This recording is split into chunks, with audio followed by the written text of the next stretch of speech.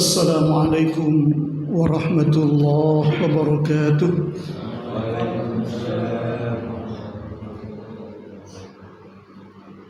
Innal hamdalillah nahmaduhu wa nasta'inuhu wa nastaghfiruh wa na'udzu billahi min shururi anfusina wa min sayyiati a'malina. May yahdihillahu fala mudilla lahu wa may yudlil fala hadiya lahu. Asyhadu an la ilaha illallah wahdahu la syarika lah wa asyhadu anna Muhammadan abduhu wa rasuluh. Allahumma salli wa sallim ala habibina nabiyyina Muhammadin wa ala alihi wa ashabihi wa man tabi'ahu bi ihsani ila yaumiddin, amma ba'du. Qala Allah ta'ala fil Qur'anil Karim, a'udzu billahi minasy syaithanir rajim. Wa idh ibtala Ibrahim rabbuhu bikalimatin fa'atammahun qala inni ja'iluka lin-nasi imama qala wa min dhurriyyati qala la yanalu ahdil zalimin. Wa qala Rasulullah sallallahu alaihi wasallam la yu'minu ahadukum hatta akuna ahabba ilaihi min walidihi wa walidihi wan nasi ajma'in.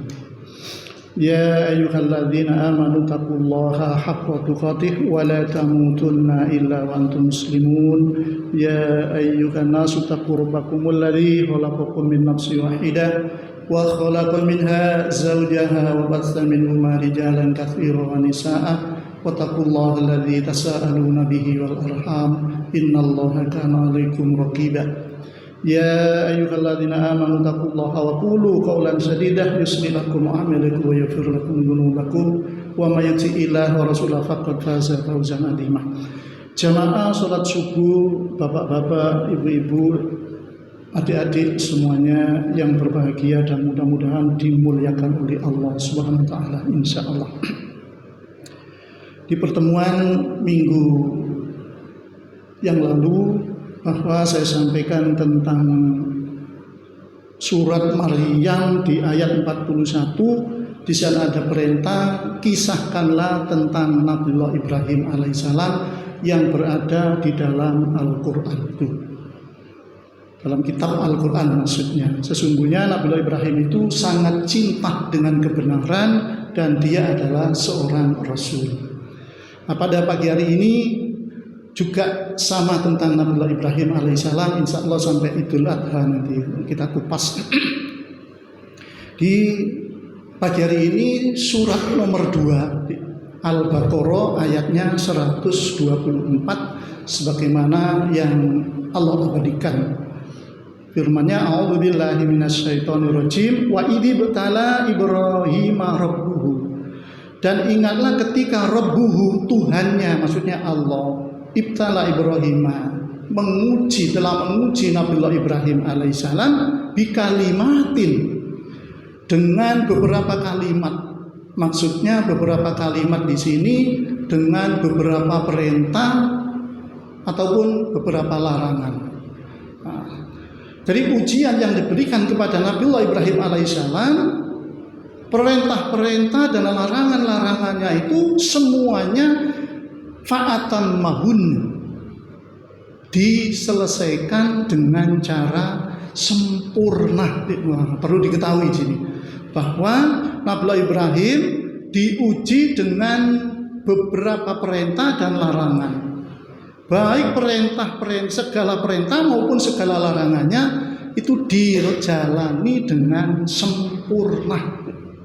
Nah, ini kita potong sampai di sini aja, guys. Ini kita kupas. Di dalam tafsir Ibnu Katsir itu menurut Abdullah bin Abbas, terkenal dengan sebutan Ibnu Abbas, anaknya paman Nabi Al-Abbas. Ketika ini masih kecilnya, ketika itu didoakan oleh Nabi, Allahumma faqihu fiddin wa 'allim at-ta'wil. Ya Allah faqihkan, maksudnya Ibnu Abbas tadi, dalam agama dan beliau kemampuan untuk takwil, sehingga Ibnu Abbas ini banyak jadi rujukan atau referensi dalam tafsir-tafsir itu. Nah, beliau berkata, tiada seorang pun yang diuji dengan peraturan agama ini yang dapat menunaikan dengan cara sempurna illa kecuali Ibrahim, Nabiullah Ibrahim. Wah, di situ di dalam Ibnu Katsir itu disebutkan banyak macam-macam perintahnya. Contoh ini tentang manasik haji, itu banyak yang nitik tilas dari Nabiullah Ibrahim alaihissalam. Misalnya ukuf di Arafah, lempar jamroh, menyembelih kambing, itu kan termasuk dari Nabiullah Ibrahim alaihissalam.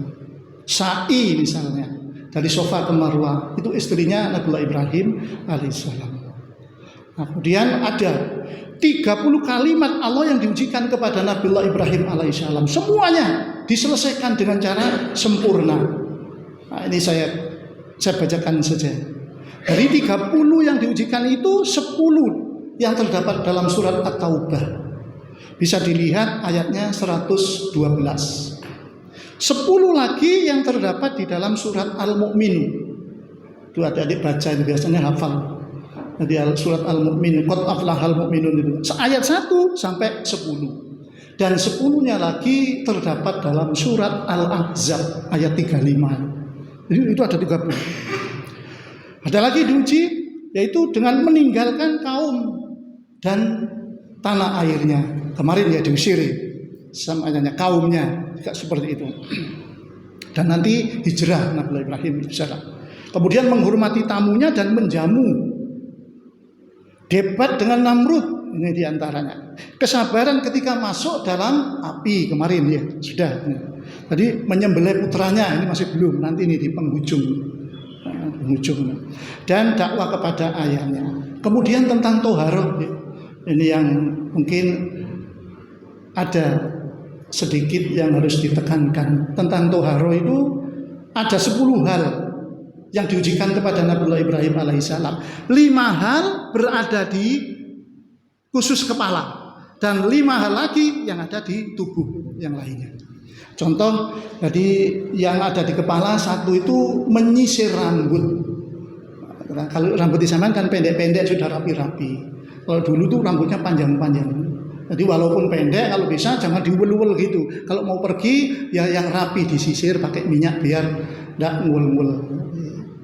Nah ini jangan diremehkan nyisir rambut ini. Bani Israel itu karena tidak mau merawat rambut sampai panjang ini, gimbal, tidak karu-karuan, tidak jarang istri mereka banyak yang selingkuh. Itu ada dalam sebuah kitab itu.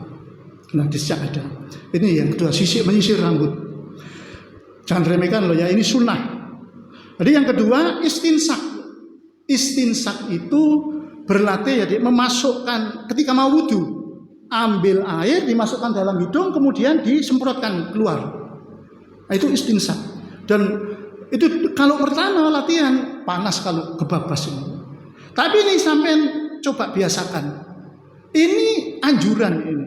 Bahkan bulan puasa pun kita sedang puasa, itu tidak boleh ditinggalkan, cuma tidak boleh terlalu istilahnya nyedotin oleh teman-teman lah, seperti itu. Loh, hikmahnya apa? Hikmahnya sangat banyak, baik sekali. Ini ada sedikit pernah saya terima itu berita dari Arab Saudi. Ada seorang miliarder. Miliarder itu orang yang banyak uangnya ya. Jadi terkena serangan stroke. Kena stroke akhirnya ya karena banyak uangnya. Jadi datang ke berbagai dokter, bahkan spesialis dokter itu sudah hampir dikatakan dalam buku itu hampir semuanya sudah. Sampai akhirnya dokter yang ada di Saudi itu angkat tangan. Tolong sampean periksa keluar aja. Maksudnya ke luar negeri, Swiss. Di sana ada yang pakarnya. Artinya pakar tentang stroke. Akhirnya miliarder ini berangkat betul ke luar negeri. Nah, setelah nyampe di sana sudah diketahui maju, ya ditahu sakitnya. Sakit apa kan stroke tadi ya. Sebenarnya ini Pak, sampean dari Saudi, iya. Kenapa kok jauh-jauh dari sini? Sebenarnya obatnya itu di sana pusatnya. Terkejut. Sampean kan agamanya Islam, iya. Kenapa? Ya obatnya ada di Islam. Ternyata dokter itu menyampaikan, jadi harus terapi dengan istinsak, masukkan air ke dalam hidung kemudian dikeluarkan kembali. Coba obat yang diberikan oleh dokter-dokter yang ada di Saudi saat itu tidak bisa sembuh, tapi dengan biasa ketika hendak sholat memasukkan air ke dalam hidung kemudian dikeluarkan, jadi stroke-nya itu sembuh. Subhanallah. Karena itu terbiasakan. Nah, sampai masih kecil, tidak boleh seperti itu. Semuanya anggap sunnah, ini akan sunnah. Paling tidak kita dapat sunnahnya. Kemudian yang ketiga memotong kumis, atau mencukur kumis belum ada sampean. Dan yang keempat berkumur supaya bersihlah di dalam mulut kita. Yang kelima siwak itu sikatan. Ini yang ada di dalam kepala. Kemudian yang ada di dalam tubuh yang lainnya, pertama memotong kuku. Usahakan jangan sampai panjang, jangan sampai ada yang masuk ke dalam kuku sampean, karena itu adalah penyakit. Nah, kalau makan pakai gini masuk, itu sakit.